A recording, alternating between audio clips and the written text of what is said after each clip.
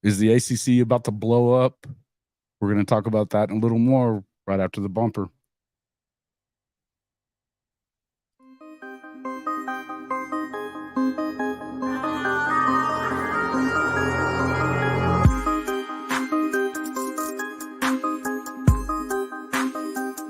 Let's go!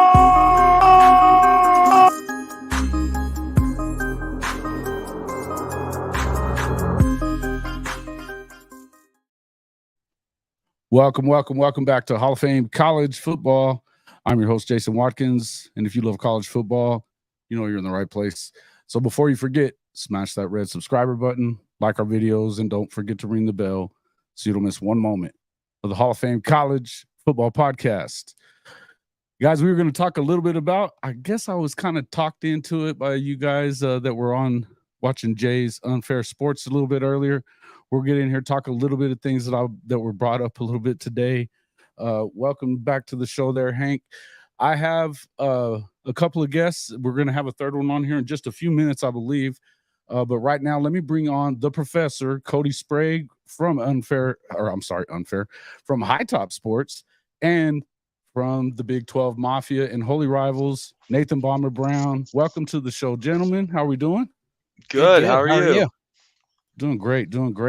We will have Couz from Couz's Corner coming in here in just a few minutes as well. We're excited about getting him in here. But listen, I know we only get a few minutes with you there, Bomber.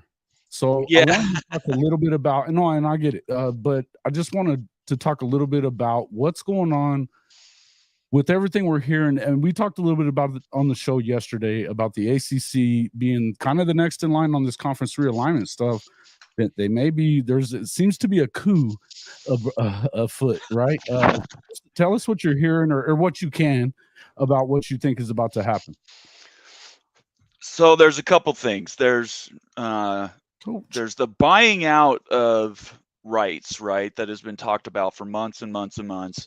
You could pay some substantial amount of money, hundreds of millions of dollars, and through some mechanism that I don't have the details about, but that I've been told about, there's some sort of wizardry they can do to buy themselves out of this contract that they say is so locked tight that nobody can escape it. So that's the first tactic.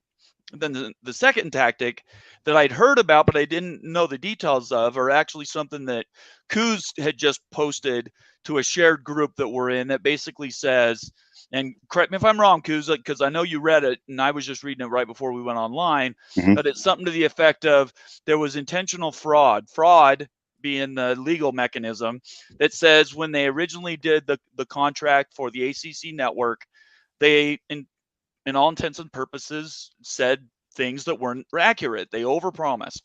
And because of that, now the ACC is behind the eight ball and they're behind. And these schools that really believe they're worth more money, and they are, out on the open market, are now behind the eight ball. And what else, Couz, was in that article? Because I only made it through the first top part of it.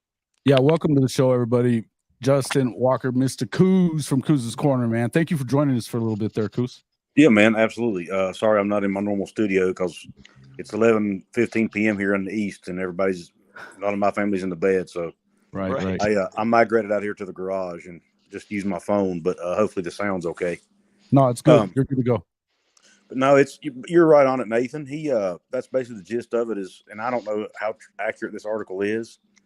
That's why I was sending it to that group to see if anybody else in the group had heard the same thing. But yeah, they basically, the ACC network was part of it. It took longer than they said it would to get it off the ground. They had to spend more on it than they anticipated spending on it as far as a production standpoint.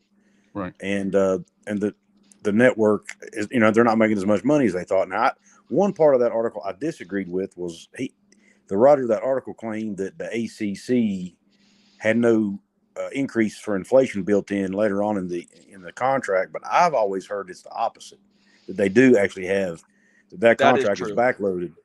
I think the contract's backloaded, and it is. I think by the end of the contract they're going to be making about $70 million a year, but that's 15 years from now. Yes, You know what I that's mean? right. Or 13 years from now. So whereas the Big Ten's going to be making that. They're hoping to be out of that by then. It will have already been Right. back to contract negotiations twice in the other two, right? Yes. You know? Right. That's Florida State's point. They're like, we're not going to be making that money for 13 more years. Right. The Big Ten schools are going to be making it in 2024. So that's a huge gap there, Yeah, I can understand it. The thing is, and everything we had heard coming up to this point, and this was something we talked about on the show yesterday, was the fact that, honestly, when you start looking at it in terms of what it looked like with the grant of rights and everything else that's locked up in a place in Greensboro, you can only go and look at it if you go to Greensboro, if you're an attorney.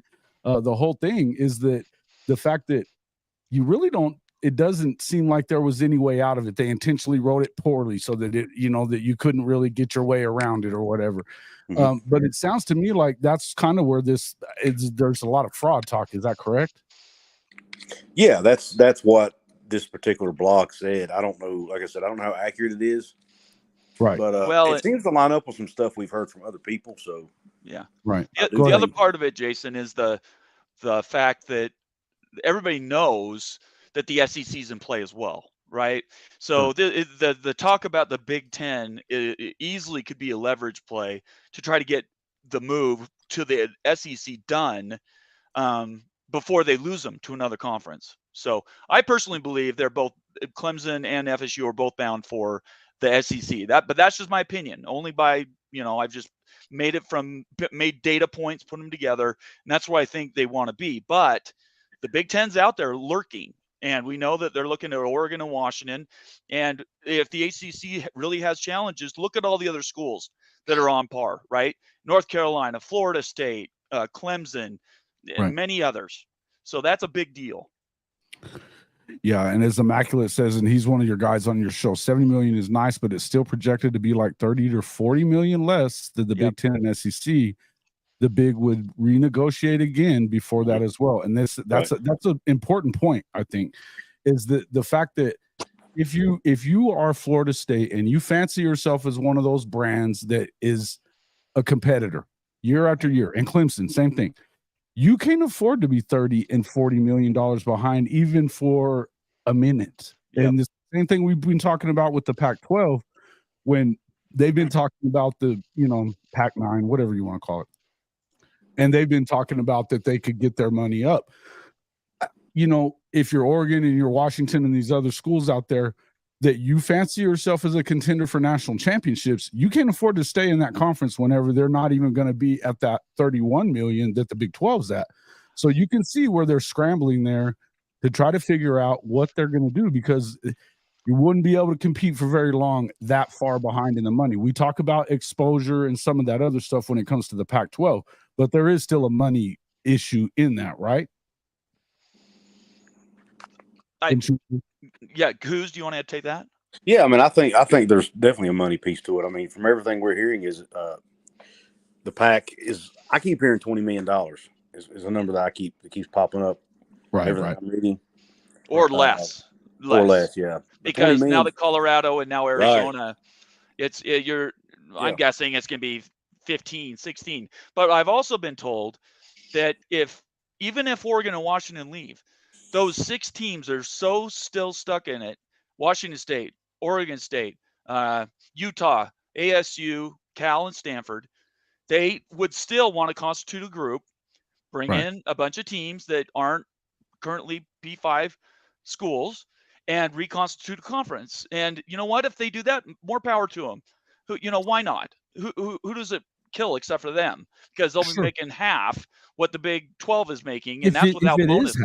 Yeah, if it is even that much. But at least it'll be their own. And I don't devalue the fact that they want to do their own thing. I think that's cool, right?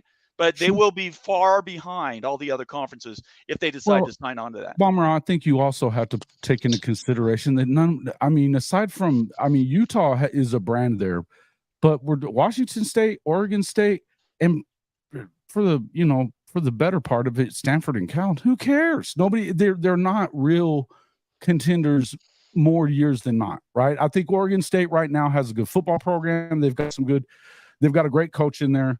And I think that, they stand to be the one that lose in that as well. But to me, if you're Utah and you're putting yourself and standing in this corner digging your heels in, then that's fine. You can do that. But in the end, I think that what choice do they really have if they're not going to get an invite to any of these other conferences?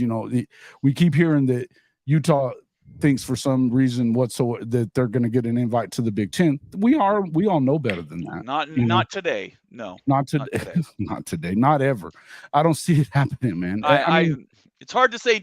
Ever is a long time, Jason. I think anymore we need to be very open and flexible to the fact that the world out in college football is fluid, and what it is today, what it is tomorrow, I don't think it's going to be the same in 2035. So. Right. But again, it's not going to happen soon enough for them to can keep their relevance is the point that I'm at. I mean, right now, if you're looking at as a Utah fan, you are irrelevant to the story. You have an opportunity to make it into the playoff with the coach that you have and the pipeline that he has. And you would think, as we talked about yesterday in the Big 12, you would be able to maintain that pipeline and even probably make it a little bit better. I think we lost Couz. I'm still here. Oh, okay. And even make it a little bit better for them. But in the end, that's the whole thing, is that how long can you sit in, say, the Mountain West rebranded to whatever the hell you want to call it, and or as an independent, and not playing against some of these other big time schools and making that kind of money that you're going to be able to live as a true contender to the game. Kody, what do you, as an outsider, an SEC fan, what are your thoughts on that? I think the SEC has to go and scoop them up fast because the SEC, Greg Sankey already said that he will not go outside the geographic location of the SEC conference, with Missouri probably being the most, Vandy being the most northern team ish, and then Texas being the most western team, and so. With Clemson right there, you already have South Carolina. That's a big rivalry. And then Florida and Florida State, that's a big rivalry. Why do you not scoop them up? Mm-hmm. Yeah, and let's talk about does the new conference do they have to buy them out? Is that what's holding this thing up? There's going to be money of some sort. In one way or another, there will be money exchanged. So that's where, to me, from what I'm understanding on it, is because of the fact that, and correct me where I'm wrong here, Bomber, Couz, both you guys jump in as soon as you need to. What I was going to get at, it feels like to me, because of the fact that ESPN obviously owns the SEC, I heard you say earlier to me on the phone, Bomber, that they can move their contract into the SEC and kind of just pay it that way. It would be easy. That's an idea somebody's proposed. Whether they could do it or not, and you got all these legal entanglements with the Gore. I'm not sure how easy that is, but they've had years to look into this thing and find a way to get out of it. You think just this year, Florida State and Clemson and Miami and North Carolina, they're just upset today? They've been upset for years. They're upset that look. UCLA got $100 million valuation to move to the Big Ten. Is there anybody on this call right now, or are you watching, anyone out there think that UCLA is worth $100 million? When's the last time they were relevant? They're not worth $100 million, but because they're in the LA market and they came with the USC purchase, basically, it's a value add because they're both of them together. Think what an FSU and a Clemson. So what is that? What is that dollar amount, do you think? For the two schools, I think it's at least it's worth what USC and UCLA got. And I think they got to be worth $100 million a piece. You're gonna put it's not just TV rights, guys, too, because that SEC, when you buy a jersey, that SEC is now going to be on the jerseys when you go buy a jersey from Fanatic, and that is money towards the conference. They get every little dime out of it. Absolutely. Sure. And I don't know whether if you look at markets, I know that's not important, but if you look at UCLA is a college football blue blood. They've kind of lost the status as a brand anymore. I don't think they're basketball blue blood. UCLA, nobody here is going to say blue blood a long time back in the day. They've won a lot of national championships too. Yes, they were. Yes, they were. You can go back. They are not on the list, Jason. They are not with Oklahoma. They are. I don't think Florida that State's maintained not it even for on the sure. list. How does UCLA qualify? But Florida State didn't become a power until the late 70s, early 80s when Bobby Bowden got there. That's a different deal. But that's I'm 50 talking about years. long UCLA time was ago. not a okay. It's not a time to discuss that. We'll have to have a whole show on that. Whether or not they're a blue blood or whatever, they are a part of a. There's definitely a blue blood in town with them, and they are travel partners in this whole deal. And whether or not they have a decent coach, they've got a real deal quarterback, and they have that market in Los Angeles. They do. They're part of a marquee market in rivalry. USC. Sure, but it's a marquee rivalry as well. That's the point I was trying to make. And when you throw them out there where they're going to be playing against the likes of possibly Notre Dame, but Michigan and Ohio State, this makes the Big Ten, because to me the Big Ten is kind of, it isn't great. You know what I mean? It's flat. Yeah, Penn State. They've won the Rose Bowl. They've done some stuff. I think that they're still underachieving whenever you have the expectations that you should probably have in that league. At one point you're going to have to be either Ohio State or Michigan. It's important for you to do that, right? So one last thing, Jason, I got to go. I really do. Okay, I'm sorry. Yeah. But one last thing. I was speaking in a hyperbole. I don't know what Florida State and Clemson are worth. I'm not in the room. Right. Sure. And those valuations, as we're talking about about USC and UCLA, were what the value was for the conference, not what the schools get. The schools are going to get the equal share that all the others get. They're going to get what Indiana gets. They're all getting equal amounts. So It doesn't matter what they're worth. It's what they're willing to pay for them. That's true. As a package deal, they're worth a lot more than they are separately. And that's the exact same argument that they're making Florida State, Clemson, and these other schools. They're saying, you bring us in and we're better together. The whole value of the conference goes up so much more because we're in it. And that's their argument, and that's what they're trying to do. Okay, so let me ask you this before you get out of here. If you were going to put a percentage on it, what's the chances that this league implodes within the next year? Everybody should watch August 2nd. There's a Board of Regents meeting at Florida State. Depending on how that goes and what their legal maneuvering is going forward, that will give an indication about whether they're really going to pursue this or they're just using it as more leverage, like the Gang of Seven meeting was, to get more money from the ACC. But profit sharing isn't going to do it for these schools. Money from the playoff is not going to be enough to bridge the gap. They want to be up with the 80, 90 millions that the Big Ten is getting and the 70, 80 millions that the SEC is getting. They simply look at themselves in that way. If they, Oregon and Washington have the same attitude. You look at yourself in that way or not, you need to make similar money to be able to keep up. Yeah, it's all about keeping. Yeah, that's right. Keep up with the Joneses, sure. Yeah. Okay. Yeah. All right, but give me a percentage. What is it going to happen? What's going to happen? I guess I didn't give you an answer, did you? I think it's at this point it's better than 50%. So I'd say 51% that it happens. I actually think it's going to happen. Okay. Yeah. Coach is saying, great. Give me a percentage, coach. Give me a percentage. Okay. All right. Yeah. And I will just say this, and I saw the sunglasses hit your head there. Couz, I wanted to just say, think of just how much the golden blue dude would be eating this up right now. Right. This was his thing. This is what he did, and hey, shout out to Golden Blue Dude. We are giving him a tribute right there just on that. Hey, this is what he was about, man. Yep. I love it. I just love it. And I like to think he's in heaven right now dictating policy up there. Maybe that's why Colorado broke the ice, is because Golden Blue Dude's up there going, show me something. I always go back to the whole towards the end of, before he passed, I hadn't watched his show in a little while, and I got on there probably a couple of weeks before he passed away, and I just busted out laughing during his intro because he was the speculation zone.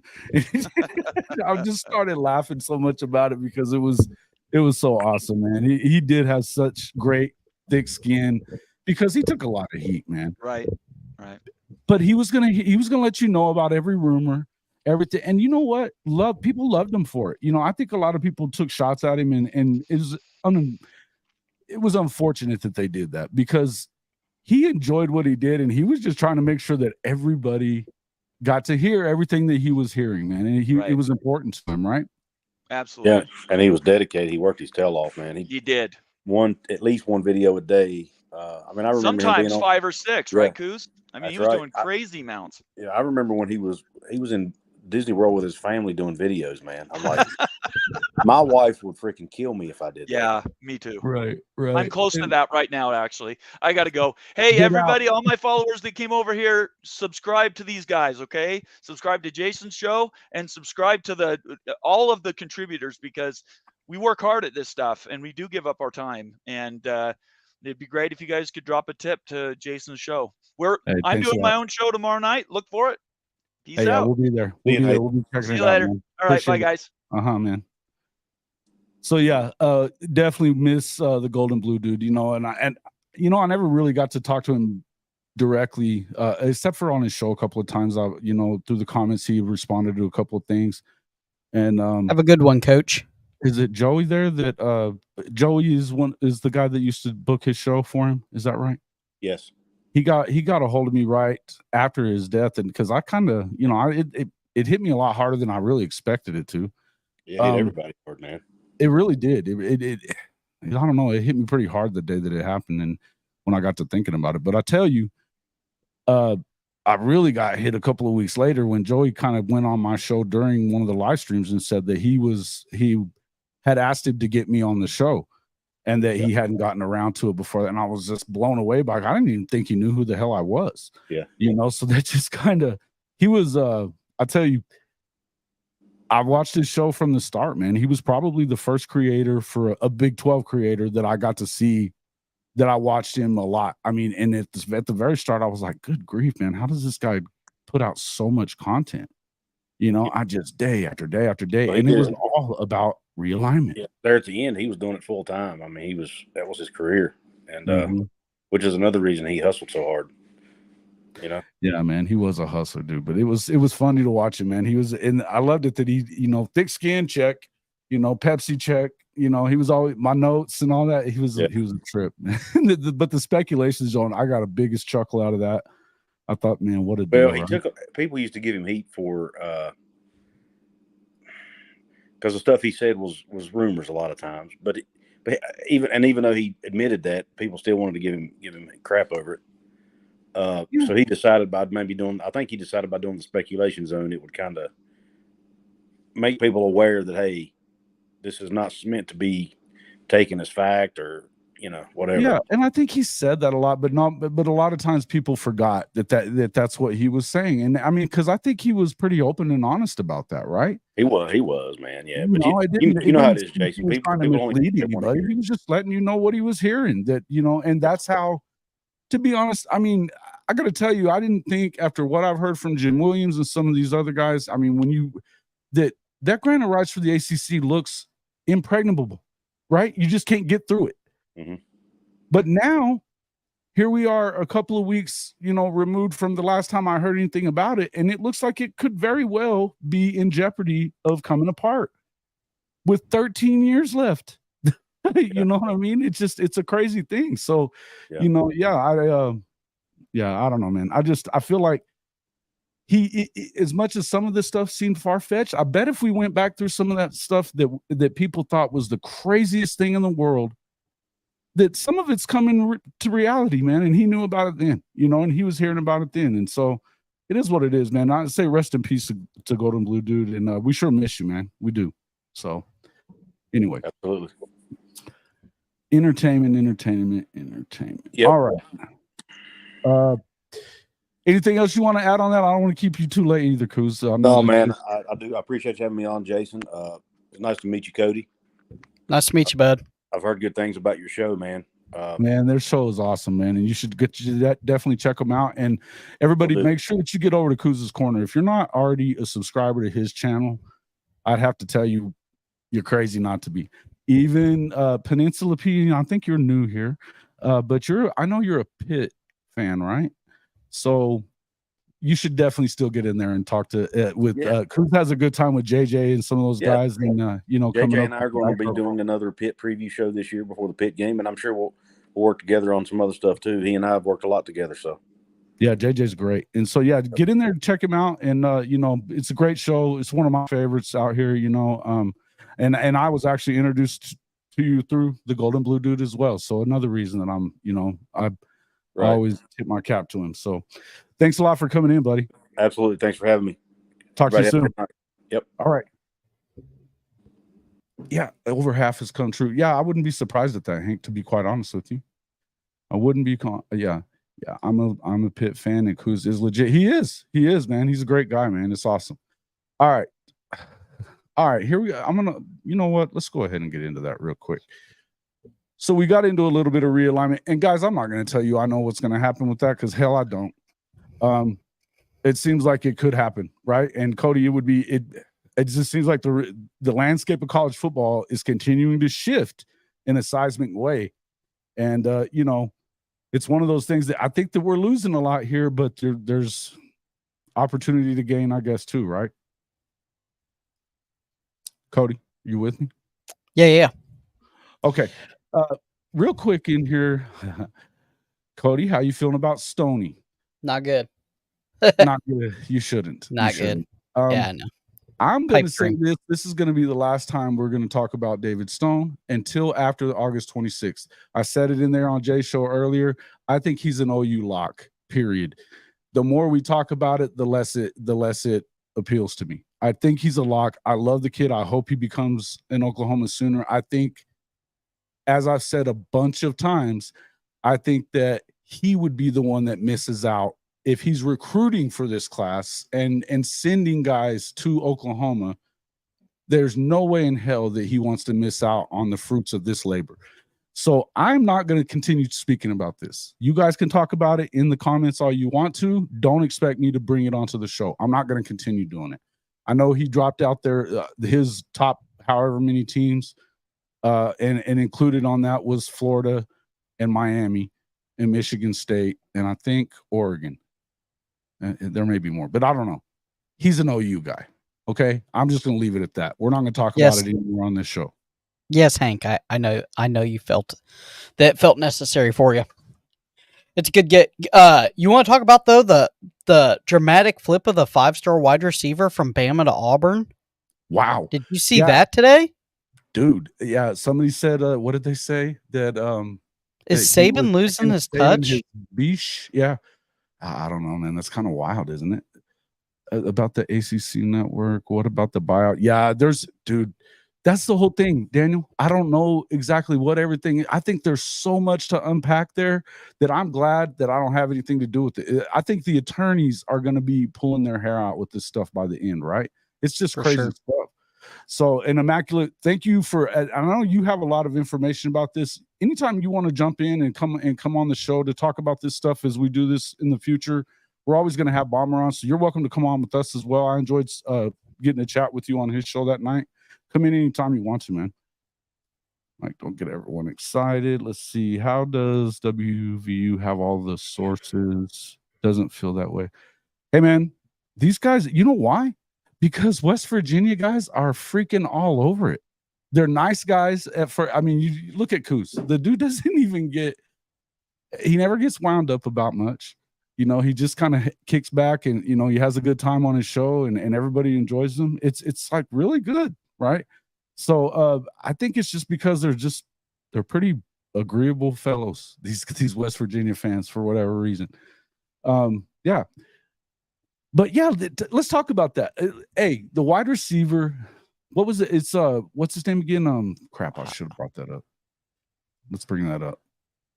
Kody. It's on Hayes Fawcett. It's on Hayes Fawcett. Yeah, his Twitter. Isn't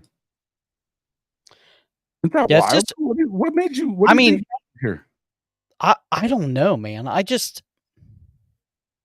wonder if Saban is starting to lose his touch, and Alabama recruiting wise, and I know we're not like a big recruiting show here, and I get that, but Alabama recruiting wise always comes on strong, and you never see any flips from them. But boy, and that's an Alabama kid, I believe, and it's crazy that you flip from I understand if you flip from like Alabama to Ohio State, right?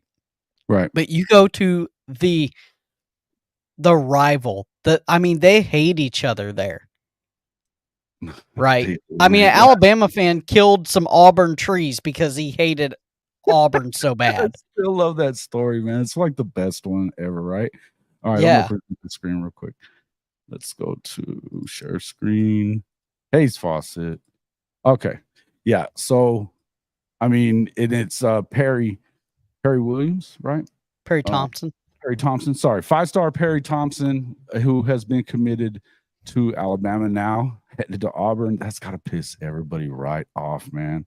It's got to piss everybody right off. And you know that, yeah, hey, check his bank accounts. Yeah. I'm sure there's quite a bit in there. The good news is, you know. But for Hugh Freeze to even get him to come.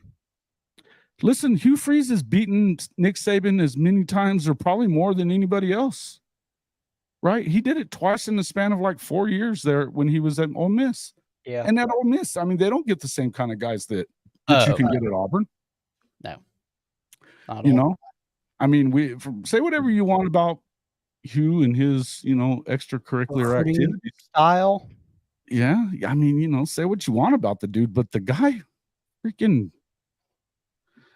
I don't know, man. It's just one of them things that he can coach them up, man, and he can and he's one of those guys that will put an offense on the field that's going to be a threat all the time, right? So yeah, let's everybody say hello to Norman there. He's asleep, but you know, we got Norman Cam here, so yeah. Anyway, hello Norman. All right, yeah. Yeah, when I thought Brown was okay. So what are you guys thinking about that? I need to get a hold of that Bama. Oh yeah, fan. there was another one, Hank. Yeah, they took a kid from Georgia too. Yeah, dude, and that's the oldest rivalry in the South, Kody. Oldest rivalry in the South. Crazy, just wild stuff, dude. What is this? Oh, I don't know. I don't know if I'm going to hear that. Maybe I do, but we can't put it up on the screen. To get Hugh Freeze to WVU, like, hey man, I get it, man. I mean, yeah, and I feel like he probably would have done that, but it seems to me that he knew Brian Harsin was on his way out, right? I mean, he had to know because everybody knew. Shit, yeah. I mean, it was the worst secret in the world that Brian Harsin was working out. Shit, he wasn't gonna stay at Liberty forever. No, they were paying him well. He had, and I mean, you know, you don't have the same type of, obviously you don't have anywhere close to the type of expectations that you're going to have at Auburn, but you know, to me, yeah. If your OC is who he is at Bama, I can see the flip. Well, there you go, Coach. That, hey, you know what? Sometimes so it's the OC. Yeah, that's the that would be your boy from Notre Dame from last year, which yeah, Coach wasn't impressed with. He's terrible. It's man, I'm just spacing on the name right now, but we've talked about him so much. It's come on, Coach, throw it in there. No, I'll get it right here.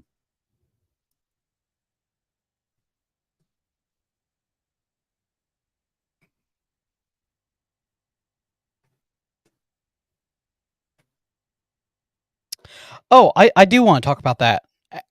Connor Johnson just fired that one in there. Why does the Big Ten not want Oregon?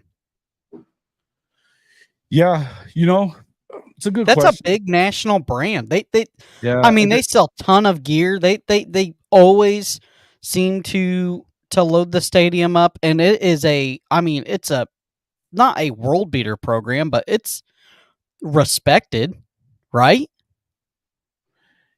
Yeah, I think it's probably got something to do with the fact that they don't think much of Phil Knight, maybe, and they've kind of pushed their way around, stolen some recruits, some things like that. Look, man, nobody looks at that's when you want to start talking blue blood versus non-blue blood or whatever, which is fine. They're not one. In fact, they were so god awful until just in the last 15, 20 years that. I mean, nobody even really realized that was a real program up there, that they were in the Pac-12 or Pac-10 or whatever. They were just bad. So when Phil Knight has kind of changed things around there to the point that it's one of those, I don't know, man. maybe that's because they're just pissed off at him. It's newer money. And a lot of blue blood, old money and stuff that resides in that Big Ten. They think a hell of a lot of themselves up in the Big Ten, even though they've got 2 national championships in the last 50 years, and both of them being to Ohio State. Yeah. To me, I'm going to sit here and tell you that I don't know how everybody considers that an elite conference, because it's not one. Aside, you've got some elite programs in there, but in Michigan, what have they done? I don't even have a problem with Harbaugh so much, but I don't feel like they matter that much, man. They just don't. They get to the playoff 2 years in a row. Big whoop-de-doo that you're beating Ohio State. They had a big guy that flipped from them today. You actually had a flip on or a decommitment anyway from Jonte Gilbert, that 2025 safety for 2025. And he's an elite guy. He's already decommitted from there. It looks like that Georgia may be in the mix there, but he's a Georgia kid, so I could see that happening. But it's clear that the problem at OSU is defensively they can't stop a bloody nose either. They just can't do it. So it is what it is. I hope everybody, man, we got 81 folks in here. I'm excited. Yeah, the chat's grooving. I was trying to read some stuff, and it's like it's just moving too fast, guys. But yeah, it is. Get to your comment. Make sure that you can just hit that super like. Throw a couple of bucks in there. It'll make sure that we get to see that as well. So that we'd appreciate that. Don't forget, we got channel memberships for this channel now. We get into our Discord. You can make sure that we get to talk a little bit more between each other there. Cody's in there. I'm in there. We'll answer your questions a lot more right through your Discord. We're going to have some members only content coming up, some call-in shows that you would only get into if we're going to do it there. So make sure you do that. It's just as little as $3 a month that you can get in there on that. So become a member. And now we are changing that to, because of Hank, the Hall of Fame Mafia. You guys will become a member of the Hall of Fame Mafia when you buy a membership to the program. Salt of the art. Jason, do you ever think the SEC Big will pull the WWDS to make the grass greener? Are you saying weeds? Or I'm not exactly sure what you're saying there, Salt, but yeah. Let's see. All right. Go ahead. What were you saying there? I was actually reading some comments. But yeah, the Oregon thing is kind of a head scratching deal, because if you want to talk about bringing in some money, and it seems like some newer money, you know what I mean? Like a fresh pump of money into the Big Ten. That's kind of, well, and here's the thing. I think that they're just kind of boring. Yeah, man, it's boring. I can't watch it. I think it's unwatchable football for the most part. And I think there's a reason for them doing what they do. It's cold up there. You're going to see Wisconsin a lot different than you've seen Wisconsin in the past. Yeah, they're gonna run air raid, right? They're going to throw it around with Phil Longo, man. They're going to throw it around. So there's a reason why they brought him in. If you listen to what Fickle was saying when he talked to Pate, he was saying that it's going to probably be a switch of that balance that you're used to seeing on the other side going from Wisconsin, that they run heavy. You think of Ron Dane and some of those guys that just run. But that being said, if they, there's a reason why they do that. It's cold as shit up there. So speed doesn't really translate to some of that. You've seen it with Ohio State where they're able to do it, but it slows down when it gets really cold. And I think that there's a reason why that's probably what has caused Michigan to beat them the last couple of years, is that their speed hasn't translated. Now, when you got them inside and they went up against Georgia, it was kind of like a track meet for them again. And that's why I think Georgia had as much of a hard time with them as they did. Yeah, right? For sure. So that was just kind of where I was at. Let's see. Read my previous. Never Iowa. We got Iowa fan in here. Iowa fans. Where are we at? Hey, Iowa may disapprove that this year. Go Hawks. Yeah, listen. Yeah, now Iowa does have a great defense. Hey, I'm going to give you that. If they could score points, if you brought just half of what Ohio State has on offense to Iowa, they'd win the Big Ten every year. For sure. Right. Yeah, and with Iowa, the thing about Iowa is that, what's going on with Kirk Ferentz and his son, man? I mean, it seems like a weird deal that I've been hearing a lot of stuff about it. I got to tell you, I have a hard time following it, just because I think it's kind of unwatchable for me. I just don't. I mean, it's like that old 3 yards in a cloud of dust may still be appealing for some people. It's not for me. I just one of those things, but I do watch it, a little bit here and there. But sometimes it's, usually it's going to be a Wisconsin, Michigan game or Michigan State or probably Penn State, Ohio State. I think some of those, I've been to a game at Happy Valley. It's been a while, but I went to a whiteout game there and it was real. That the experience at a game like that is definitely worth the price of admission. I would say that. Definitely. Big Two cut some of the lower schools to beef up membership. You know what? We kind of talked about that yesterday. I don't feel like it's going to be one of those relegation things that they were talking. I don't see that. What I do think is that there's going to come a point that the greed is going to kind of get the best of some of these other schools that have been carrying that conference, right? And if you're not winning and you're nobody's watching you, and you're still getting the same amount of money, if you're Rutgers and you're getting the same amount of money as Ohio State and Michigan and USC, who are carrying the conference, I could see that possibly happening. But I mean, I would never say never to anything either, because of the fact that, just like we said, there's a lot of the stuff that we don't see on the horizon, that people come up with stuff and you just really don't know, right?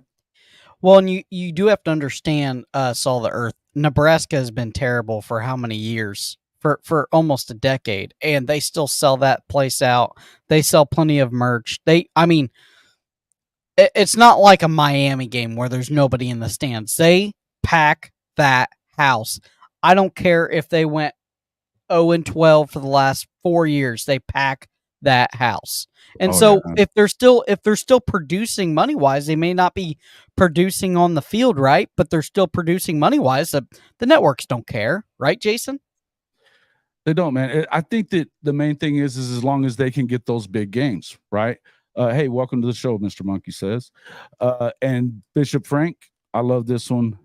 Do you think changing the game? I think that has a lot to do with a lot of it. When you start talking about I think it's why if Saban is losing his touch, just to go back to what you were saying earlier, if he's losing his touch, it's because of the same reason why he's pissed off about NIL. I think that the thing that he was best at was being able to do what they've always done without anybody knowing anything about it. And so now that everybody can just do whatever they want, you've got teams or schools like A&M and some others out there and Miami's a good example of this, that they dump money in players' pockets, and it's not anything about whether or not they're a fit or not. It's just how many stars are next to their name, right? Yep. So there's no team cohesion, stuff like that. By the way, Miami fans, I hope one's in here so I can say this. Are you people nuts? What's wrong with you? They're back. They literally said they're back. Yeah, that sounds like Texas, by the way. They're back. They're back. Hey, Ruiz is under investigation by the IRS and FBI, if that tells you anything. Their main booster. And then look at their class this year. 18th, 19th. Yeah. It's so weird. They get on my nerves though. So they were on Twitter. They got some. You were saying they don't have any podcasts. They have one, and it's awful. But Hurricane. Yeah, I don't remember what it's called. There was 3 guys, but the guy said something about when Venables taking his little shot about them losing to Midwest Tennessee or whatever it was. Yep. And he goes, that's like tugging at Superman's cape. I was like, who the hell is Superman in this scenario? Because it sure as hell isn't Miami. Or Cristobal. Or Cristobal. Yep. Come on, man. Superman's cape. You got to be joking me. Well, and Coach Roybal hits it right on the head here. Stars are crap. Yeah, because we have now figured out that the recruiting sites might be crap. Yeah, listen, we talked a lot about it. And look, this one, it's something that we're going to bring up here in a second. There was some stuff that Pate on his show tonight had his unpredictable teams of 2023. Among that was Okie Light. We'll get into that in a minute. Was Miami on there too? Because I don't know. I big didn't finish. Cristobal fan. Yeah, I know he is, and I didn't finish watching it, to be honest. Once it got to Okie Light, I was Okie out. Because it's just bleh. But let's talk a little bit. Yeah, you're right. The recruiting services, I think you can't say that they never get it right, because they do, right? And I think that when these guys are going to as many camps as they're going to, it's easy to know who's the man and who isn't, right? Because, I mean, and you've got a bunch of them. But here's the problem. We talked about that and what happened on, with Florida. And listen, I feel like Florida is about to be a rival of Oklahoma. So it's easy for me to kind of laugh about this. But then I got to thinking about it and loving you guys over at High Top. What Shelton was saying on that show was like, look, and I didn't realize all this, but you said there was 10 guys that dropped an average of 70 places after committing to Florida. Is that correct? Yeah, it was something like that. They've revised it now, and it was now only like 35. But there was still no football played. Like, they updated it. Well, they updated it. Okay, so they updated it so it's not quite as bad as it was. And you know what he said? And the owner was like, "Well, you have the number 3 class. You have the number 3 class. Like, be thankful for it. Like, be thankful." No, Billy Napier and company put that hard work in there. Right. What's up, Lemon Man? Thank you for that. Sooner Lemon. So What's up, buddy? man? How's everybody going? Hey, yeah, and that's the whole thing. It's like, hey, don't give me that. Look. Well, and the biggest, if they dropped 70 freaking places and they're still in 3rd place in freaking recruiting, what would it have been if they hadn't dropped so much? The biggest drop was Xavier Filsamy. And we all know that kid out of Texas is a stud. What are you dropping him for? There was no camps played. There was no camps. There was no football being played. There was no measurables. The only thing that was played, the only one that we have came out and said, yes, DJ Lagway probably could have been dropped a little bit because of Elite 11. Because of, he didn't look great. He didn't look great at Elite 11, and I think that was great. But he was also the last quarterback to throw, and the wide receivers were dog tired. They've been running for 3 hours. Sure, and so it is what it is. Things that can happen, and you can say whatever you want on that. I don't care about that stuff. In the end, if you're not but when you mess with the kids' money, right on the money here. Player evaluations mean now more than ever, and because of like places like On3, it was On3 that was doing the worst on this. And here's the thing with them: they're putting values. NIL values as part of their packages. That's what when they're showing their recruiting numbers on this kid, a very integral part of their numbers is what are they worth. And if you're dropping from 5-star to 4-star or 100 places or 70 places or even 40 places, what does that do to the amount of money that you're about to get through NIL? You're screwing with these kids' money. And you don't even have to answer for it. And what I was going to say about Pate is he comes in and attacks Shelton for saying what he was saying, and the only thing the only answer he has for it is that, well, why? I've had multiple meals with the man. I've sat at multiple dinner tables with him, and I know better than that. What? That's your answer? You're going to come at the creator, and that's your answer for why you're coming at the other creator, because you know better, because you've eaten with him. And my biggest thing is he started Rivals 247 and On3. Right. The same guy. Yeah. And who does Pate work for? 247 Sports. Absolutely. We talked about the other day. We talked about Hayes Fawcett dropping early. Guess who he's a part of? On3. Yep, he is.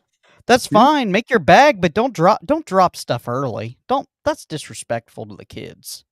I'll give you this one, Peninsula P. They have been one of the best evaluators of talent. Man, that team that won the ACC a couple of years ago was the real deal with Pickett and Addison. Whew. Yeah. Yeah, they were nice. That's a nice deal. And yeah, it's political, but it's all, again, I think the biggest part of it that you have to look at this is money. Look, We know that the money is being made by these schools, by these coaches, by everybody who's involved, except for players, and it's been this way forever, right? Whatever they give them under the table back in the day versus whatever they give them now, it's still peanuts compared to what these schools are making. Peanuts, okay? And they continue to try to make rules against them making money, right?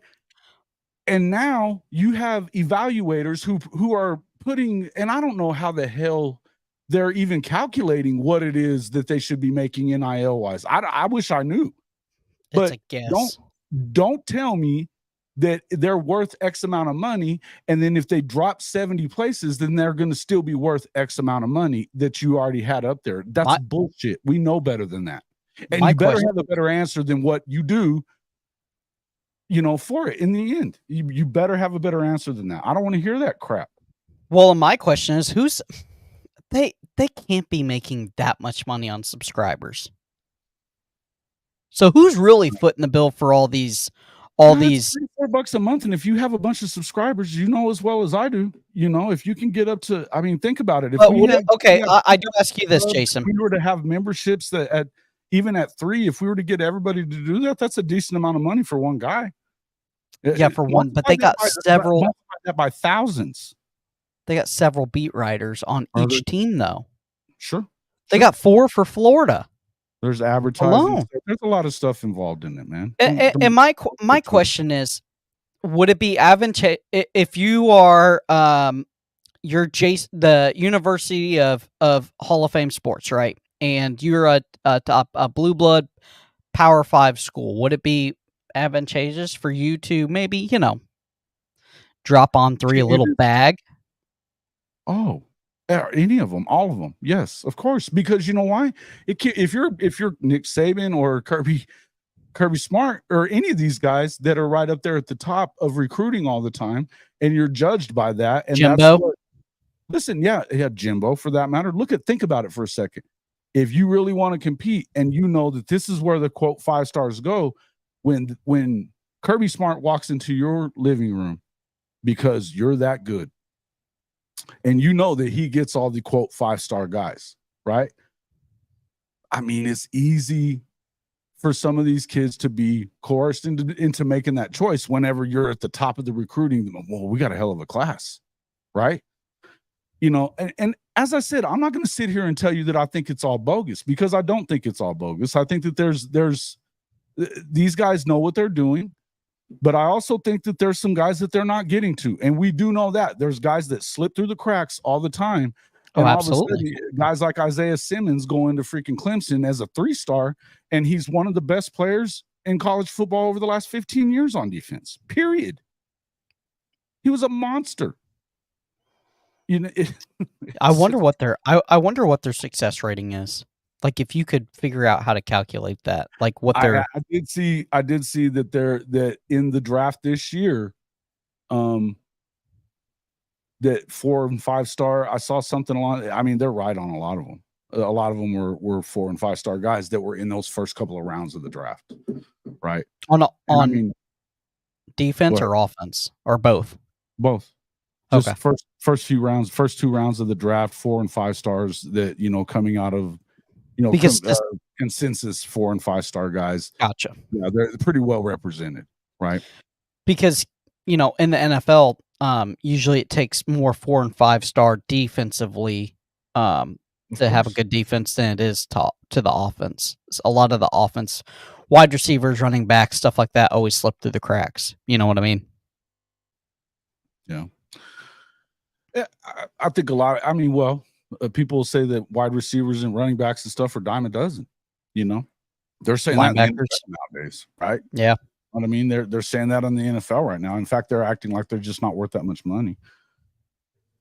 Yeah. We covered a whole segment on that, and it's a shame because these guys work their butt off. But I did have a rebuttal today on our NFL show, a little peek inside that. When's the last time we saw a guy like Adrian Peterson, or Frank Gore, or LaDainian Tomlinson, or Marshawn Lynch. On that, Bijan's probably on that list. I think Roshan may be a little better than him, but I think that Bijan's. But it's not proven. And the time we're talking the timeline. I mean, those guys played for I think right now, Adrian Peterson just rushed for another yard somewhere. You know what I mean? He's just Frank Gore. Look how many years he played there. AD all day. Adrian Peterson was the man, no doubt. Out of my audience, you're not getting arguments on that one, bro. But you see what I'm saying? I just don't think they're built like that anymore. And the backs are getting smaller. Like Adrian Peterson was built like a linebacker. Could you imagine if Adrian Peterson was a linebacker and not a running back? Dude. Yeah. He would have killed people. He would.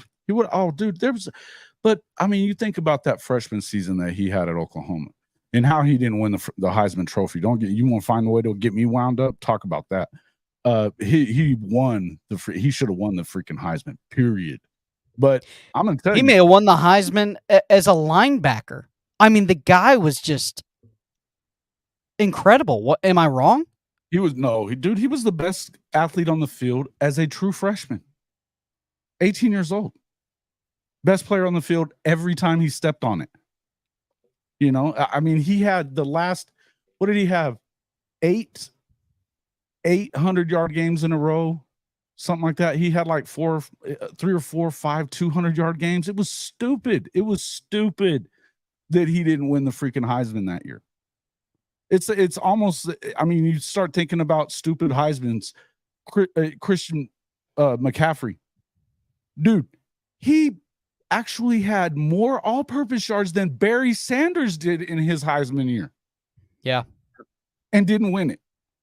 I mean, don't get me wrong. Derrick Henry was great. He wasn't as good as freaking McCaffrey was that year, period. There's just no way that you can make me. Oh, could you imagine Derrick Henry as a linebacker? Oh my God. Oh, yeah, dude. It's just, again, just crazy stuff, right? Yeah, we love Texas talent. Yeah, we got to give them a chance to win somewhere, as the King said. You know, they have a chance to win championships too. They're not going to do it at A&M or Texas. Come on now, you know better than that. Larry Fitzgerald. Oh, yeah, another one. Yeah. Dude, you're not wrong. You're not wrong, Peninsula. I mean, seriously. Yeah, that wasn't that year. What are you talking about? Oh, are you going to come in? Oh, ooh. Well, looky here. We have a Southern Cal fan in our midst. Do with them what you will, guys. Do with them what you will. I don't think Randy Moss won the Heisman either that year at Marshall. Ooh, Xavier Robinson says hello. Hey, he may be that guy. You listen to Jay, he may be that guy. Go ahead. We're going to go ahead and, do something about that, Hank. Go ahead. What did you just say? I was talking about Randy Moss. Oh, I don't think he won it at Marshall either. He didn't, but he probably would have if he'd ended up staying at Florida State, not getting in trouble. Or a bigger school. Yeah. For sure. Because of the spotlight. Mm-hmm. Yeah.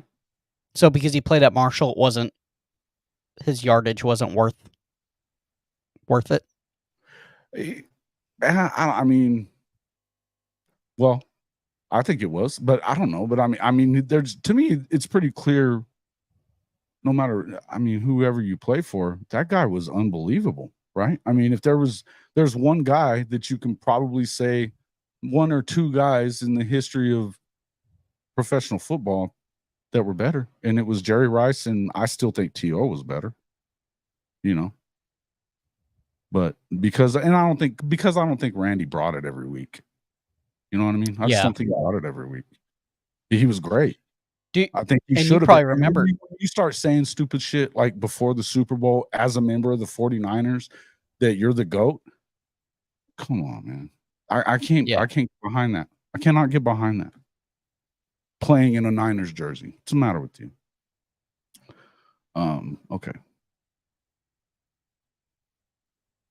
Yeah, Randy did not win the Heisman. He did win the Biletnikoff. Yeah, you're right. You're right. Yeah, I agree with that. Yeah, he left. You know he left, Hank. Weak sauce. That's what they do. They come in and and drop something stupid from 20 years ago, and then leave real quick. They're weak. SC, just like freaking Lincoln Riley. So anyway, yeah. If for those of you that don't know, we don't love Lincoln Riley here, not at all. So who was the OU running back in the 80s that had a great freshman year, blew out his knees, left freshman year to go pro? Oh, you're talking about that's some history trivia. Yeah, no, this was man, I'm missing names tonight for whatever reason, but go ahead, Hank. I know you're going to throw that in there right now. Barry Sanders was Mr. Monkey says his favorite player ever. Yeah, Barry was great, man. He was great. I mean, you know the story about him, right? That Oklahoma game against them that year. That college, Mr. Monkey, or NFL? Because Adrian Peterson is my all-time favorite player in the NFL. He blew his knee out, and less than a year later, he about breaks the record. Put the team on his back, and I'm a big Minnesota fan, so as many faults as what Adrian Peterson had in his personal life, that guy was something else. He was unbelievable. Marcus Dupree. Yes, Marcus Dupree. Got you. Thank you. Perfect cracker, my man. Yeah, so Marcus Dupree, did he blow his knee out, or he just thought he was ready to go? If something happened there, it's a shame what happened with Marcus Dupree, man. And I think he'll tell you that right now. But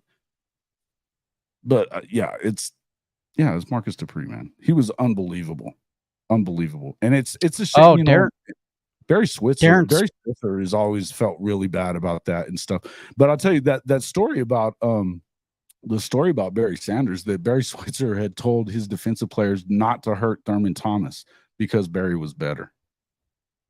Because they had Barry Sanders on the bench that year because Thurman Thomas was ungodly too, right? We know him from the NFL on those Bills teams. He was great, right?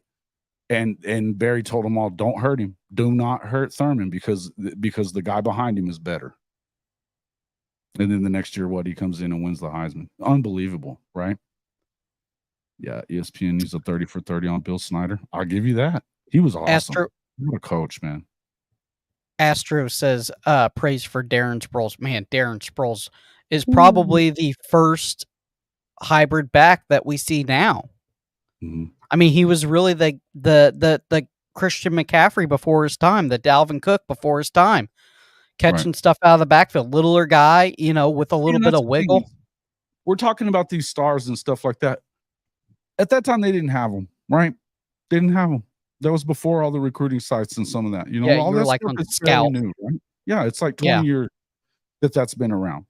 And so when you start looking at some of these things, this is so crazy that's what we're hearing, that some of these guys are that bad. But to drop that, and when it's money involved, and I'd love to hear on 3 tell us how they're calculating that, because I don't see anything on their site that tells you how to do it. They won't. You can't get a straight answer out of them. Right. You can't even get a straight answer on how they they evaluate talent. Exactly. So if you cannot give me a straight answer on how you're doing it, why you're doing it, and you're just saying because, and they're all doing it the same because the same guy freaking came up with all of them except for ESPN on their recruiting side of it, don't give me that crap. And I want to know why you're doing. So if you better have some answer for something, in order to, when there's no competitions going on, no practices, no way for you to actually evaluate these guys versus from the day that they make their commitment to Florida versus the day that, that you decide to drop them, it doesn't make any sense. The day before, the day of. The Chauncey Bowens thing was just 129 spots overnight. He went up 129 spots because he went from Florida to Georgia? Yeah, overnight. It's a bad. It's a bad look. And you know what? That guy should be freaking scrambling to figure it out. Well, because and it's just like gambling in Vegas and sports gambling, that they were so worried about that with the Raiders and all that stuff, right? Because you don't even want the hint of impropriety in your sport if you're the NFL. You don't. You The cannot UFC just went through it. That's right. You can't have it, man. You cannot have it. They just fired that coach from Alabama, the baseball coach, for the same shit, right? Yep. Over I gambling forgot on about stuff. that. You know, you forgot cannot about have this. You cannot have this. So if there is even the hint of impropriety, then why in the hell would anybody trust your recruiting services? How? Well, when you come on air and say that, they said, well, how do you get your evaluations? And he goes, well, we talk to coaches. And he goes, wide receivers, we talk to Brian Hartline. Well, it's a wonder Brian Hartline has all the best wide receivers. Well, yeah. It's because anytime he says a receiver's good, their rankings jump. No, I'm not saying Jeremiah Smith isn't the best wide receiver in the nation. I'm not saying that. I'm not saying that Hartline can't evaluate talent. But That's a you name think right he's there. evaluating all of them? You think he's evaluating the star kid from Utah or somewhere or Wyoming that's a stud that's going to be a Hall of Famer one day? Right. Yeah. So now that you can transfer anywhere you want, and now all of a sudden you're finding those guys that are coming out of places. Look at the receiver for Texas that they got out of Wyoming. You're bringing up Wyoming. That's the first thing I thought of. Now it's a surefire let you know that they missed on some of those guys. Yeah. Because that kid ain't going to Wyoming otherwise. I'm not to say anything bad about Wyoming. I'm not. They've been a pretty good program at times, right? But they're not Texas. Okay. They're not Texas. So if you obviously there was missing and look, some guys that they don't hit their stride till after high school. Sometimes they get bigger, that they get their growth spurt, they get stronger, they become a better player. I'm not saying that all of it is bad. I'm telling you they don't get it right all the time. Nope. So if we know that they don't get it right all the time, you cannot tell me. And look, it looks bad to me that you could be that wrong. 70 places or 120 places wrong. Well, look at Adam, bad, right? Just two receivers out there. Stephon Diggs, he was like a 6th-round pick out of Maryland, and Adam Thielen was an undrafted free agent. Two guys that won multiple Pro Bowls. Mm-hmm. Mm-hmm. You're telling me that you didn't scout that right? You didn't scout Stephon Diggs, right? That he wouldn't be a 5-star kid? Are you kidding me? Oh, dude, that's so silly. Yeah. But then you have Laquan Treadwell that was iffy at Ole Miss, didn't know how to run routes. He was okay. I mean, he was a highlight reel, and then he gets in the NFL and he's a bust, and he was a 5-star. Mm-hmm. What's that tell you? I mean, Michigan State's been having the same complaints about it and stuff. And if you've noticed that the last few years since Harbaugh stopped doing his little satellite camps and stuff that was getting him so many great recruits there at Michigan, their recruiting classes have dropped too. Why do you think he quit that? I think that the South stopped letting him come down there. Oh, they were like, yeah, that's enough. No, you don't get to do that here anymore. Yeah, I don't know. It's Tom Brady. Tom Brady, he was a bust, 7th rounder. Hey, Mike Rozier, nice name by the way. Great one there, Salt. That's a nice pull. Hey, look, I'll tell you what. Say what you want about Florida State. They have put out some amazing athletes. From Bobby Bowden pulled guys year after year after year after year. There was a reason why they were that good all the time, right? They should have obviously won quite a bit more. They would have won more had it not been for a lot of them wide rights. I mean, I could think of probably at least 2 or 3 more championship years that they kind of got screwed out of getting to play for it because of that wide right stuff that Miami not beating Florida at the last game of the year. It's either one. It was one of the two. It was either Miami or Florida that Coach Bowden, he would struggle with them. And I mean, it happens. We all know that. We all know that. Okay. So let's get into some of these unpredictable teams. Now, my thought was I wanted to listen to it because I figured he was going to put, and I don't know if he did. I as I said, I stopped after I heard the Okie Light talk. And, Puglia, if you're still in here, you're probably not going to like this. But so he said, What bothered me was the whole deal when he started talking about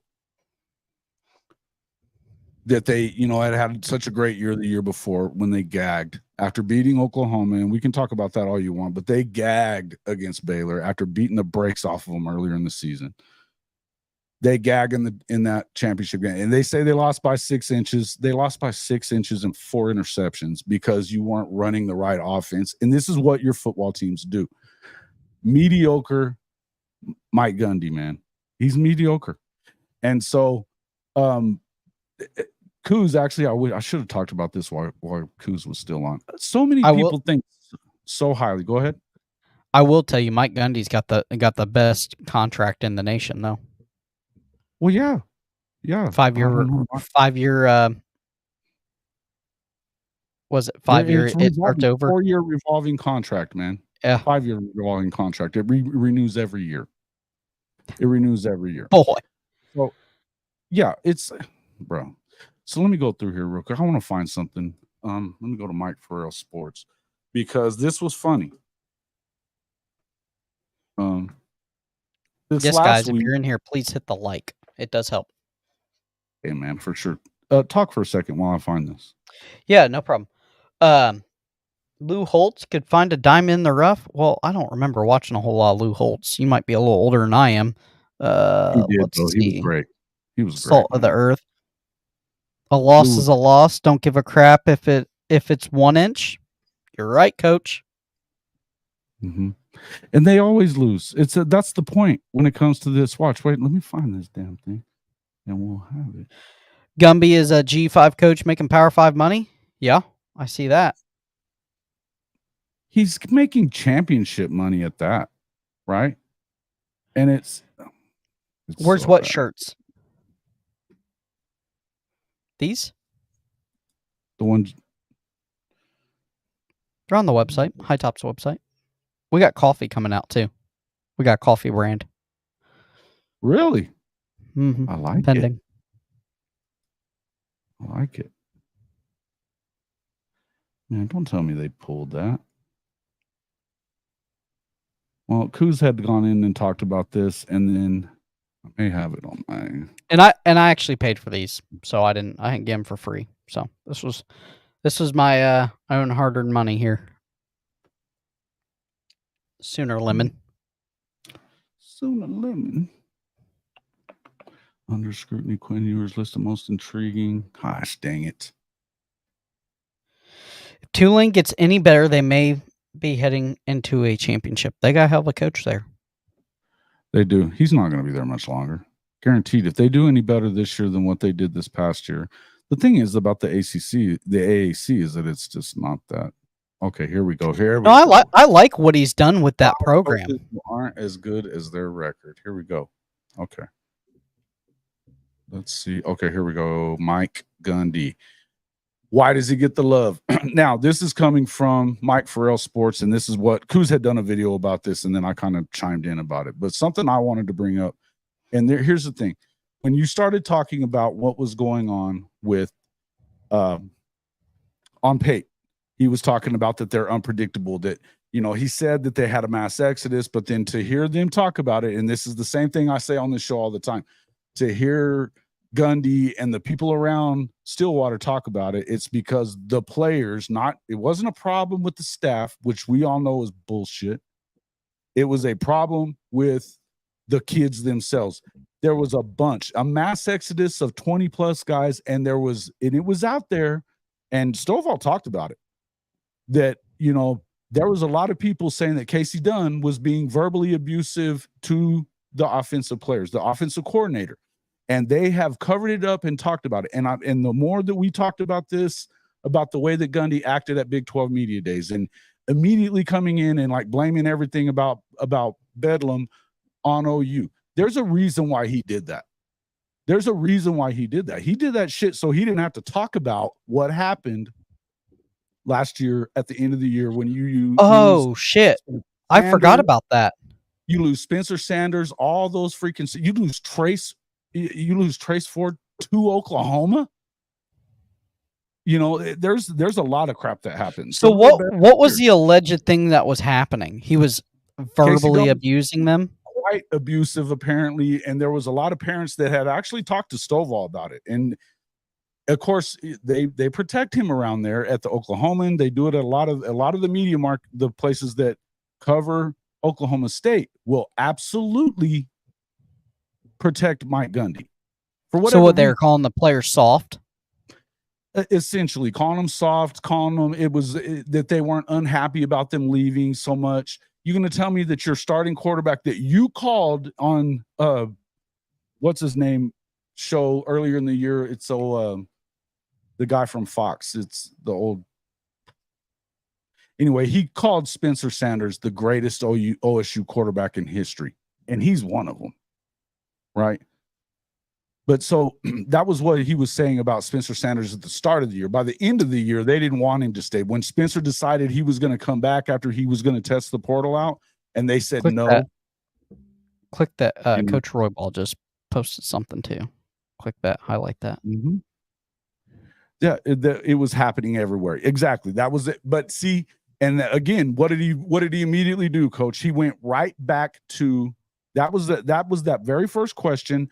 And he immediately jumped on Oklahoma and why Bedlam was over with. It was all because Oklahoma decided to take the money and go to the SEC, right? So, in any event, Pate talking tonight about how they're one of the, those teams that you're not too sure what's going to happen. They're unpredictable. Maybe they're going to go back and be a power in this league. I'm going to tell you now, Oklahoma State's not going to be a power in the Big 12. After Oklahoma's gone, it's still not going to matter. And if they were it would be because they wanted to keep Bedlam going. Make no mistake, he's 3-15, 3-16 against OU in his career as a coach. He never beat them as a player, right? I don't know how many. I doubt that he's beaten them many times as an assistant coach there. It's bad. So we know why he didn't want to play the Bedlam game. But if you're not playing that, because let's think, even if you stay close to OU and OU goes on and does what we expect them to do with the way that they're recruiting, going into the SEC, they should be competing, right? They should be competitive for the national championship soon if they continue doing what they're doing on the recruiting trail. Yeah, if Georgia slows down a little bit. Yeah, for sure. Everybody's got to get past Georgia, but I'm saying they're going to be in competition for that soon. They have a chance to be the number one recruiting class this year. There's a chance that it could happen. They haven't gotten their commits yet from these guys on the defensive line. When they do, they're gonna skyrocket up the freaking rankings.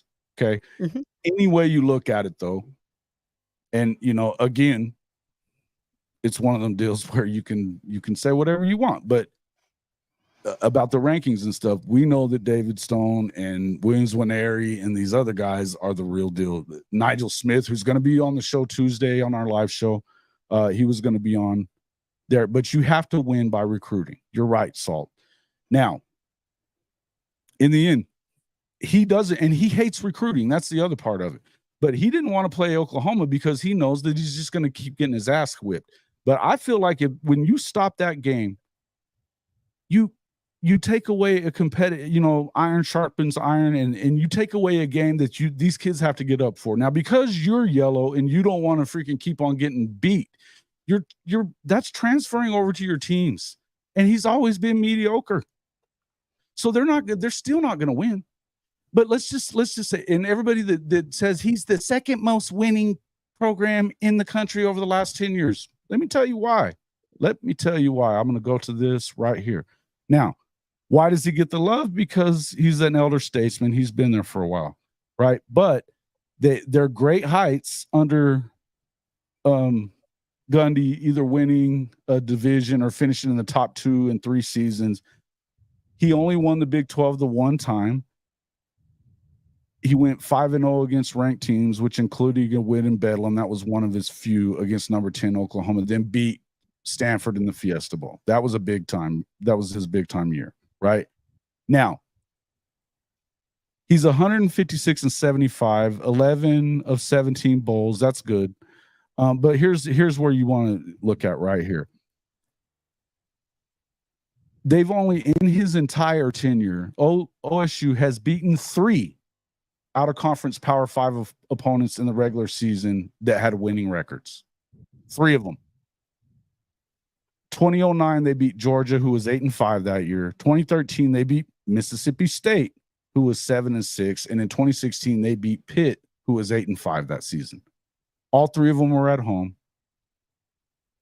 That's the 3 wins out of conference against a Power 5 opponent that he's ever beaten. And they were all home games against teams that were a little over 500. Not great. Yep. Not great. They weren't top 25 teams. We'll tell you that. Who are the other Their coaches? schedule always consists of non-FBS opponents. We've talked about this on this show a ton. And you know, again, this is, you can go look at this on Mike Farrell Sports. I love this article. It was awesome. Middle tier opponents that you know, even like last year, they're going to play them again this year. Arizona State. They were trash last year. They were going to be probably kind of trashy this year. They are, you know. Yeah. Let's see. We talked about the Bedlam series. He let it slip that he referred to the status of the game as history. Yeah. Well, he surely won't miss it. He's 3-15, 3-16, 3-16 actually, by the way.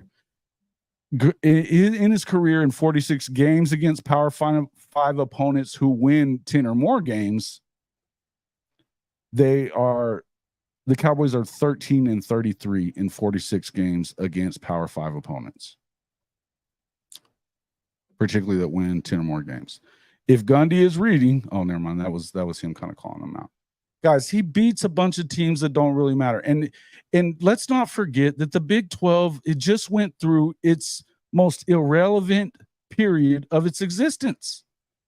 Texas was trash. Nebraska was gone. Colorado, A&M, right? Texas Tech struggled during all that time. You know, it was after Leach, you know, and they've struggled with the coaches that they've had going through that time. You know, look, if you look at Kingsbury, the guy couldn't get it done.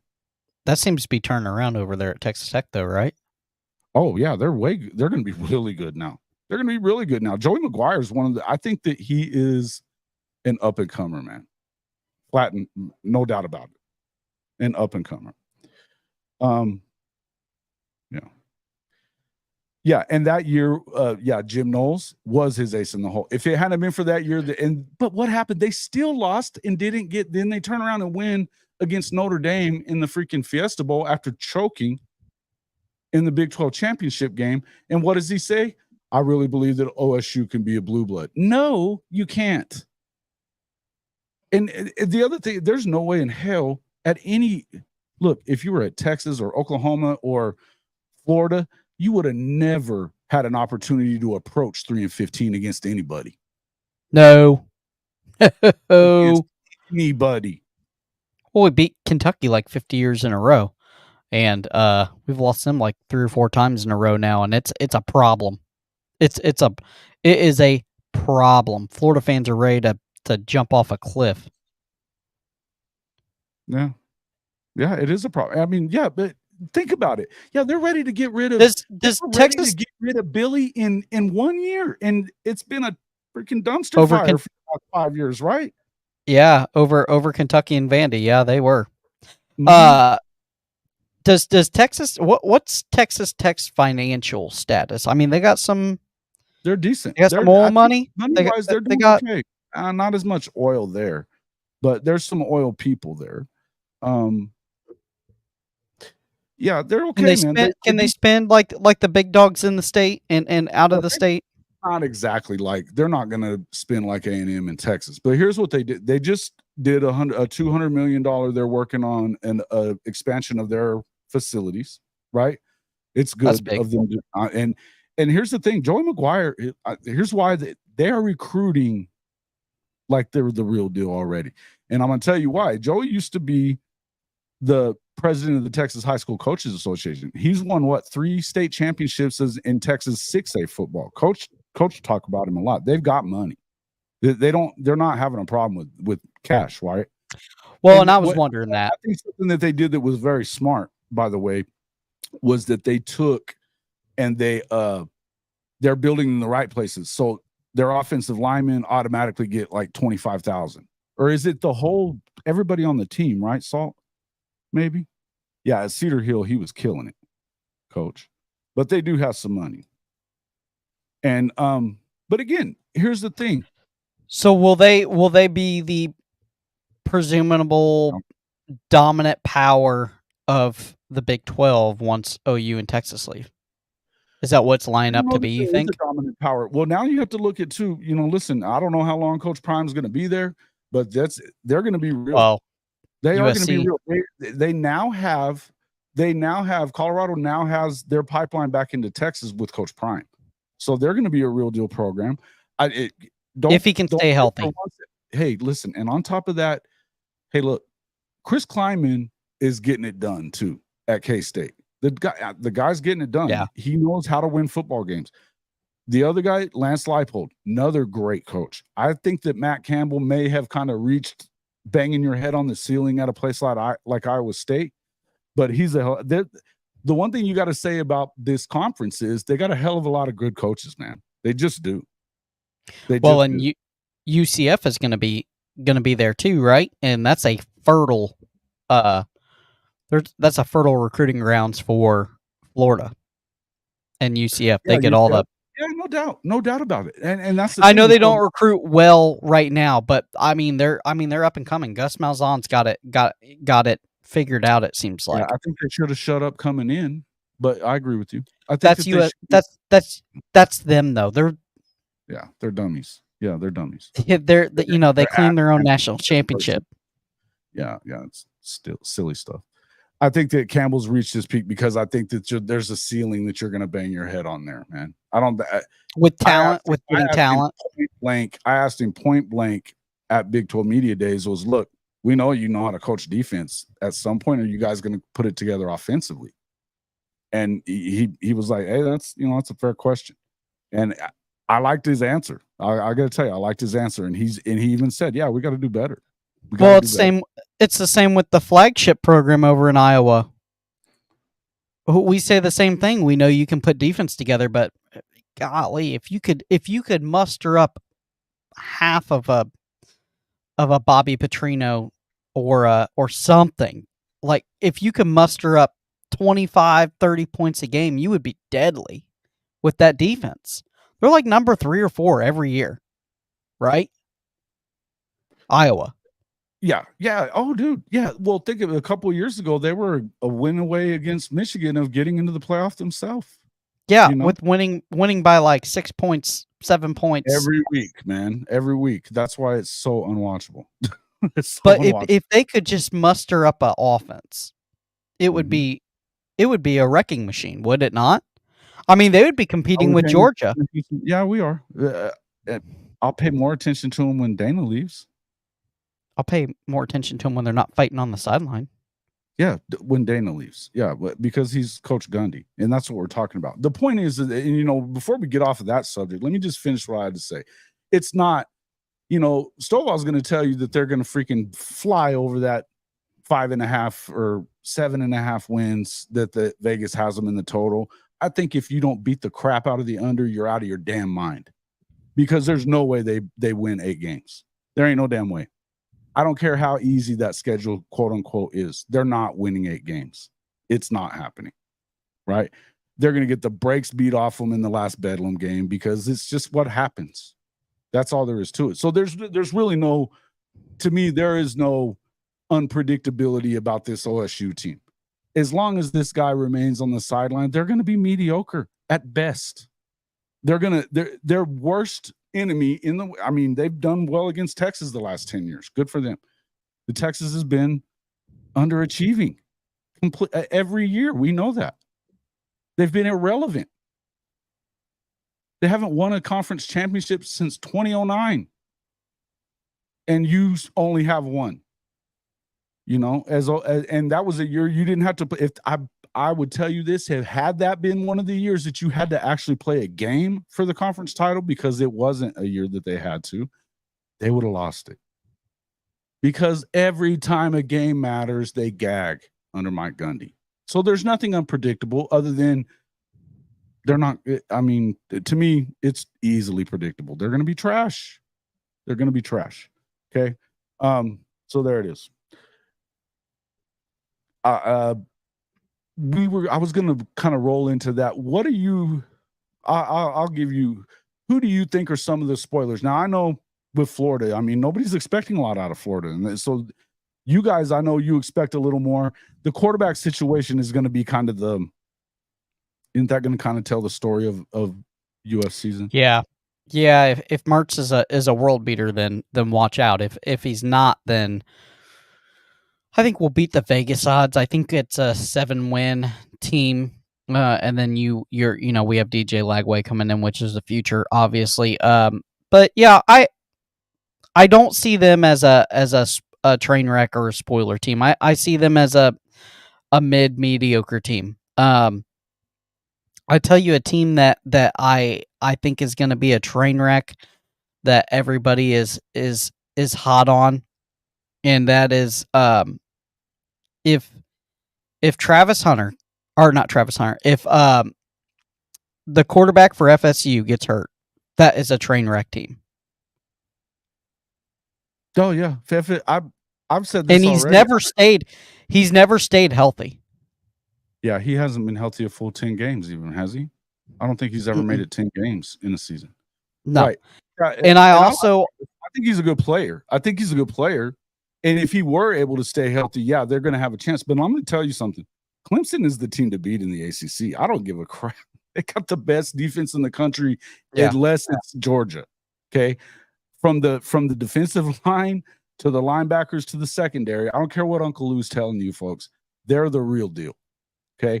And now they have an offense that they're going to do very well. Max Duggan was nothing until he got under Garrett Riley and Sonny. And now Garrett's there. And you can say what you want about the receivers. I think a lot of it had to do. I was talking to Big Dave Uiagalelei the other night. And I got to tell you, DJ was not a bad quarterback. The dude was the number one recruit in the country, and all of a sudden he's just trash. There's a lot of, they continue to recruit 5-star receivers, and it's not on Streeter in some way, shape, or form, because I don't buy it. Yeah, they've either seemed to miss or I don't know. Real fast, Florida over Utah. That is a question on if Cam Rising is healthy for Utah. If Cam Rising, he had a late ACL tear. If he's 100%, boy, I don't know. It's going to be a tough game. That's a talk about a hell of a coach. He's one of my favorites. Oh, Coach yeah. Witt, I think he's the top 3 coaches in the country. I think he is. I think he's maxed out there. When you sure, especially now when it doesn't look like they're going to get a Big 12 invite to me. It doesn't. And I would tell you that I don't think that they should win on the road over there, but they couldn't. Utah couldn't beat them last year in the swamp. And I know that's a tough place to play. Don't get me wrong. But if you're going to beat Florida, it should have been last year, probably. Yeah, with all those tight ends and wide receivers and everything, for sure. Oh, Alan Trainwreck, sorry, I got his name. Jordan Travis, not Travis Hunter. Jordan Travis is for FSU. I love him. He's great to watch. Must see football when he's healthy. Sure, when he's healthy. Oh, but look, and let's say I like Mike because Norvell, that team has nothing. But Mike Norvell hasn't beaten Clemson yet. He still hasn't. No. At some point, show up and beat them. Until they beat them, you can't say that they're gonna. So that dark horse that everybody's got, that dark horse to go to the playoff stuff, they barely beat OU in OU's worst season in 25 years. In the bowl game, they got lucky to win. I don't buy it. And I'll tell you this: FSU has been FSU's been chirping. That fan base they get 11-win team one time in 10 years, and they're chirping. You know what I mean? They think they're going to win them another natty. Okay, Hank. Yeah, that Riley offense has been in the playoffs 5 times. But yes, exactly. Thank you. I'm not saying that it's because of just that offense. I'm saying that paired up with a real defense now, like an Iowa defense. Yeah, well, could you imagine? Defense, like a freaking Clemson defense, man. and what Oklahoma's defense is about to be. That Clemson defense, along with that, I'm telling you, they're going to get it done. I think that the more I think about it, I think Clemson is the favorite in my eyes. I don't know what we're going to see out of Georgia with their new quarterback. They have a 5-star guy that they dropped all the way to 3rd last year, so I don't know who he is, right? I'm not saying they can't win the 3rd in a row, but I know that that's the hardest thing there is to do. Yeah, but if I'm seen it in your lifetime, you have not seen it in your lifetime that somebody's won 3 natties in a row. It just doesn't happen. No. And they're having all sorts of issues off the field. Yeah, man, they've got an optics problem for damn sure. They just had another kid get pulled over 2 days ago. It was on Twitter. Drag racing again? Good Lord. He was speeding, so he got a he was 65 and a 35. Yeah, you can't have it. You can't have it, man. Bottom line is, and this is why we've said that, with us, hey, look, you're happy that Coach Venables is doing, if you're an OU fan, you're happy that Coach Venables is doing the soul mission. That's so important for them in the way that they recruit. You're either gonna, it's not saying they're not paying anybody, because they are. Then the guys that they're trying to go after, the ones that they really need on that defensive line in particular, yeah, they're dumping money on them. Of course they are. But not if they don't fit. Not if they don't fit. He said it in the Athletic article. You've seen it everywhere. He said, we don't deal with drama in recruiting, because drama in recruiting is drama in the locker room. Drama, drama, drama. We're not having it. It's not how they roll, man. Just is what it is. Kyle Whittingham will have the Utes ready. I agree with that. For sure. Absolutely. They stay ready. Have you seen this stuff about Coach, what's his name, at Minnesota and his weirdness? What? It's weird. PJ Fleck? Yeah, Fleck. They've got this. It's real weird, man. They were I was seeing something about it on the show the other day. We may need to table this until our next talk. But there's something about him expecting them to like applause for him whenever he comes in the room, and there's some weird stuff there. It was what's his name? That was the receivers coach from OSU that got fired amid all that other crap. That has a show now. It's pretty crazy. Yeah, you don't have faith in from Blake where? Shapen? He was the Ohio State coach that was. Oh, Alex Smith. Oh, that guy's a riot. He's hilarious, man. It's a great show. It's funny. Minute Sports. Minutes to Sports. PJ Fleck. Yeah, so what was he saying? He was saying that the guy was that weird, man. I'm not going to say what he said on my show. So well, I'll you should look it go back up and watch that. Yeah, it's pretty funny. But PJ Fleck's a weird cat, man. PJ, hey, Astro, you can put that up as many times as you want. It's never going to hit the screen here. And I will tell you that when you win 2 in a row, then we can talk, and let's see if Sark can win 9 games at least for the second time in his career, and he's never won 10. So until that happens, I wouldn't get too, you won 8 games last year, bro. 8. So anyway. Do we have Oklahoma first? I think that they should play for the conference championship this year, man. I do. I also think that Texas should, but I'm not counting out Tech, and I'm not counting out K-State either. I'm not. I think that they're both very good, right? Well, it sounds like you got a little bit more depth on the quarterback position too, unlike last year, right? Quarterback, they're better. They're going to be. It's night and day different on defense, man. It always takes the second year with Venables. With their first year at Clemson was a train wreck. Their second year was a little better. Their third year, they were unbelievable. He was a top 10 defensive coach for 8 of the last 10 years. The other 2 years at Clemson, in the 8 of the last 10, they were top 20 on defense. They know what they're doing there. Through the portal, they were able to make some additions, particularly with guys like Dasan McCullough. The guy is unbelievable. He was a freshman All-American last year at Indiana. Oh, from IU? Yeah. Yes. You have Rondell Bothroyd from Wake Forest, who was a game wrecker there. They're going to be better in places. PJ Adebawari, 5-star. Peyton Bowen, 5-star. You know, they brought in the kid from Texas Tech, Reggie Pierce. That dude was a freaking hitter, right? Love it.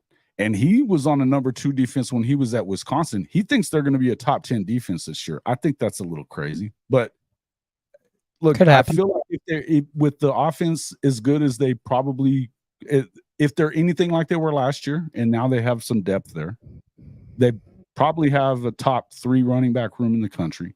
If they're anywhere close on offense to they were last year, and they're top 40 or 50 in the nation on defense, they're going to be playing for the Big 12 championship because the schedule's cake. They don't have to deal with Tech or K-State in it unless they get them in the championship game. They don't have Baylor again. I like Will Howard a lot too, man. I think you're right. Yeah, I'm hating our schedule. Our schedule's freaking brutal. Like number 3 in the nation, toughest schedule. Mm-hmm. Oh yeah, and I mean, look, they originally had Georgia in. Well, and that would have bumped it up quite a bit. It was going to help. I mean, it's still the conference schedule is the one that it's kind of easy. They don't have to play 3 teams that they lost to a year ago. So I can see 2 to 3. I think their floor is probably 9-3. And I always think a coach gets better in year 2, just logistically. It's probably worth a win. You know what I mean? Yeah, listen, I think they're going to be – and, yeah, that's the other thing. I mean, there's a learning curve to being a head coach. I don't care how long you've been a coordinator. And they lost a crap ton of talent. And, I mean, you lost the Heisman-winning quarterback for the next year off of that team. You lost another 5-star in Spencer Rattler, not that anybody really cared. But, I mean, you lost 13 guys off of the defensive depth chart on a defense that sucked. So, I mean, there was a lot of guys that they turned over 44% of last year's roster. Now it's like 90% of the roster that Lincoln had when he was here. It is what it is, man. It is a soft schedule. You're right. You're absolutely right, Salt. I'm not saying anything about it, right? OU QB is glad the Tech guys there. Yeah, he is. Yeah. Yeah, Reggie knocked the shit out of DG. I was so pissed off at Jeff Lebby for freaking calling that play because he got him killed. It was he handed it off and then they threw it to him, and it wasn't a great throw. And and DG went up after the ball, but Reggie cleared him out. I was like, why would you do that? I mean, you got him killed. I didn't think he was coming back. It was pretty crazy. Listen, I like K-State. But yeah, I mean, look, here's the thing about K-State, and we kind of talked about this the other day. I think that they both have to go, and Tech, who are the 2 dark horses, in my opinion, to win it. I think that they could win it, right? They both got to go to Texas. They both got to go to Austin. Now, could they win there? Yeah, they could. The thing about Texas is beating K-State 6 times in a row. It's Kansas, not K-State, that they have a hard time with. But yeah, they're gonna doubles everywhere. Hey, listen, I think the Quinn's better. Who would scare me more is that transformer that's playing backup quarterback right now. I hope that Ewers stays upright. I do. WVU's hurting. Yeah, man. I don't know why they didn't just go ahead and pull the trigger on that. I'll tell you this though, Mike. I was actually kind of impressed with Brown because he was pretty standoffish and kiss my ass at Big 12 Media Days. It's kind of like, hey, fuck y'all, to pick us last. Absolutely. No, you can't trust Texas. Look, hey, man, I said they have the best roster. There's a reason why 41 media members in the Big 12 picked them to win the Big 12. There's a reason why everybody in the mainstream media all around the country has them winning the Big 12 and going to the playoff and all the way in their in all those power ratings and stuff, even like on Josh Page's show, that they have them even after getting beat by K-State or not K-State, but I think even after they lost the Washington game, they still had them like in the top 5. And I mean, they were 8-5 in their power rankings, but it's still, yeah, it is what it is, man. It is what it is. So Malik, dude, yeah, I said transformer. Yeah, that guy. he's that good, dude. You know what? He reminds you of Vince a lot. He reminds you of Vince a lot. And that dude in college, he didn't have the accuracy to be that dude in the NFL. And I don't know. And Malik could be a little more accurate too. But as far as being the best athlete on the field, I don't know that there is another guy that's a better athlete than him, probably any week that they play. Right. Yeah, listen, you're right. Listen, until he does, I'm going to say that too. I think there's a reason they call him 7-win Sark. There's a reason they call him 7-win Sark. He's never won 10. He's only won 9 once. And I mean, he's been at USC and Texas and UW. I mean, he hasn't had a bad job yet. I know he took over UW when they were trash. But he was there a long time too, man, and still never won 10 games. You know? You would wear what as a badge of honor? Yeah, he was pissed. Yeah, he was pissed, right? Because they got the Big 12 wrong in their section. Oh, really? I know he was definitely pissed off about being picked to finish last. And he was like, and you know what? I'll give him one thing. He recruited better than he has at any point, right, Mike? I mean, it was kind of crazy, but Lincoln is over. He is not a top 3 coach. You're a knucklehead. Hank, do something about this guy. Get him out of here. Big Dumbo is what you are. Get out of here, bro. That shit. Lincoln Riley. Guy sucks. You want to wrap this thing up? Hour 45? Yeah, we're about that time. I do want so my if I was gonna have one that's gonna either play spoiler or kind of be a train wreck, I would probably agree with Pate when he was talking about A&M. I think that talent-wise, they're good enough, but I still think they're going to be a train wreck. I just don't see there's any way that works out with them, right? So, Petrino and Jimbo? That's domestic violence written all over it. Yeah, it's not going to work because Jimbo can't handle. I mean, if he let Petrino do his thing, they'd probably win a lot of games. Won't happen. No, he won't. He won't allow it. Okay, now this is what we're going to let in. Who's going to be a top 3 defense this year? SC? Well, they got Bear, remember? They got Bear.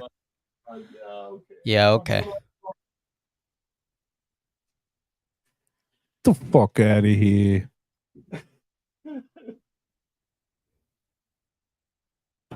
Who the fuck is that guy? Get him out. You got to go now. You don't get to talk anymore. You got to go. Bye-bye. Timeout for him. He's out. All right. Anyways, we're out of here. Guys, I appreciate everybody being here. I hope you've enjoyed the show. We will get into a few more things. Hey, Tuesday night, we've got Nigel Smith II coming into the show. We're excited about it. He's one of he is my favorite recruit in the country right now. We're excited to be able to have him on the show to talk to him a little bit about his recruiting. Definitely going to have a good time. Yeah, top 3 defenses will not be a Lincoln Riley defense. We can know that. He's never – I mean, I don't think they've ever sniffed the top 50, under Lincoln Riley, so that's silly talk. But, yeah, that's funny. Anyway, I appreciate everybody the last couple of nights. Hey, man, we had a lot of views on the show yesterday doing some of the stuff with realignment. I'm not a huge realignment guy, but, I mean, there's a lot – it's important to college football and what's happening right now. We're going to keep you up to date on that as well. Make sure you get over, if you're not already a subscriber to High Top Sports where Cody's at, you should be. These guys have one of the best shows, period, on the internet. And I don't care if we're talking about any sports show. They're that good. They're that good. Love them. I love watching their show. Cody does a great job on their NFL stuff that they do, but they're, a couple of times a week. They have call-in shows. You should definitely do that. Please do become a member of our show. If you become a channel member, support the show. It gets perks. We're going to have some stuff in there and on the Discord. You'll love it. It's a lot of fun stuff. hey, man, I'm going to be doing some writing, doing some other stuff, and we'll also be having some other members-only perks that'll come with it, discounts on some of the merch, you know, all that kind of stuff. We're going to have a call-in show probably Thursday of this week coming up as well. We've got and doing some deep dives on the Big 12. We're going to definitely be deep diving on all those teams in the Big 12, and then we'll move out of the Big 12 into the greater part of the biggest schools in the country. You know, I'll be having Kody on to kind of help me with that as far as Florida is concerned. We did one on tech already. We're probably going to continue to do a lot of tech info for guys like you, Salt. We're right here in the neighborhood of Lubbock, so we'll definitely be covering tech quite a bit this season. I'm excited about what we're going to see. We'll be there for that Oregon game for sure. In fact, we might be hanging around with old Big Dave that night. And he may be coming on the show here pretty soon as well, Big David Uyunglele. So look forward to that as well. Guys, we're excited about if you haven't become a subscriber, please do so. But become a member too, man. It's as little as $2.99 a month. We'd appreciate it a whole lot. It helps us continue to get out content week after week. And Kody, anything else to add before we hell out?